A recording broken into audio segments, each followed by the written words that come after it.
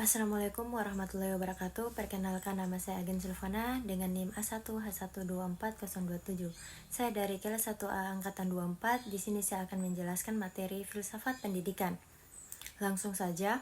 Bab 1, ruang lingkup filsafat ilmu. Pengertian filsafat ilmu.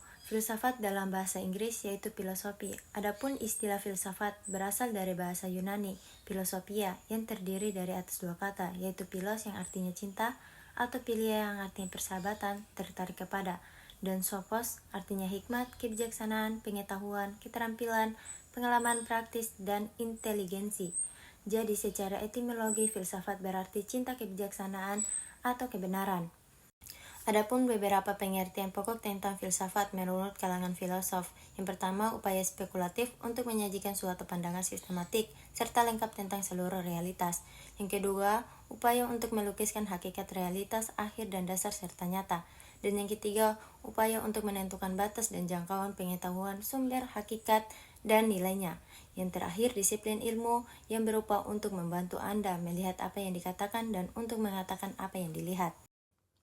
Tujuan filsafat ilmu. Yang pertama, mendalami unsur-unsur pokok ilmu, sehingga secara menyeluruh kita dapat memahami sumber, hakikat, dan tujuan ilmu. Kedua, memahami sejarah pertumbuhan, perkembangan, dan kemajuan ilmu di berbagai bidang, sehingga kita dapat menggambarkan tentang proses ilmu kontemporer secara historis.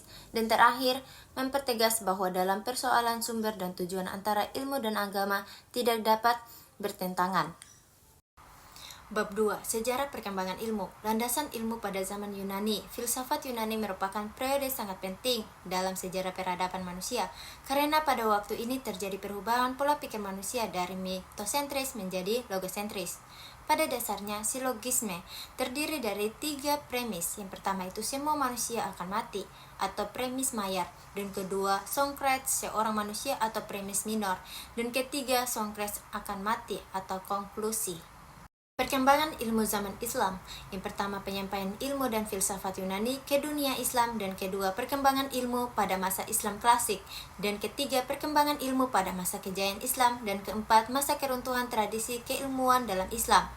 Kemajuan ilmu zaman Renaissance dan modern. Masa Renaissance abad ke-15-16, zaman modern abad ke-17-19, ilmu yang berbasis rasionalisme dan empirisme.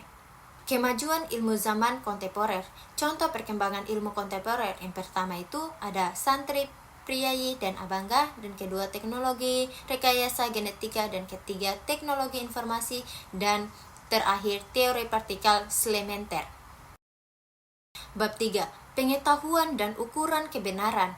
Jenis pengetahuan. Bahwa pengetahuan yang dimiliki manusia ada 4. Yang pertama itu pengetahuan biasa, pengetahuan ilmu, pengetahuan filsafat, dan terakhir pengetahuan agama. Hakikat pengetahuan. Ada 2 teori untuk pengetahuan hakikat pengetahuan itu.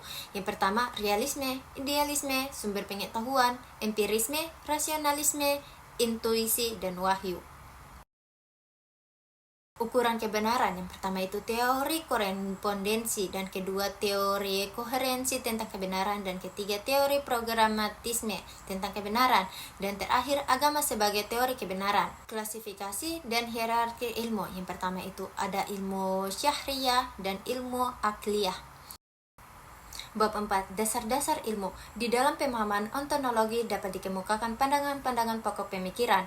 Yang pertama itu monoisme, dualisme, pluralisme, nihilisme, dengan agnotisme. Pengetahuan yang diperoleh manusia melalui akal, indera, dan lain-lain mempunyai metode tersendiri dalam teori pengetahuan.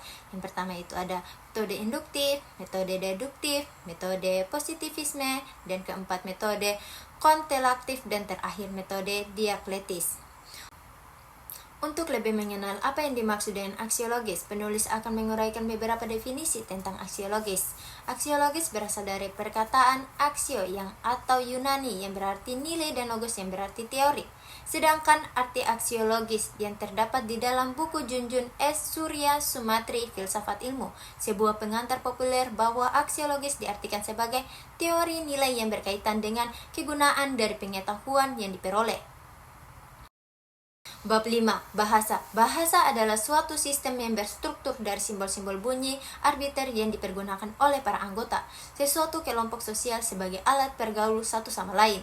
Oleh karena itu, perlu diteliti setiap unsur yang terdapat di dalamnya. Yang pertama itu simbol-simbol, dan kedua simbol-simbol vokal, dan ketiga simbol-simbol vokal arbiter.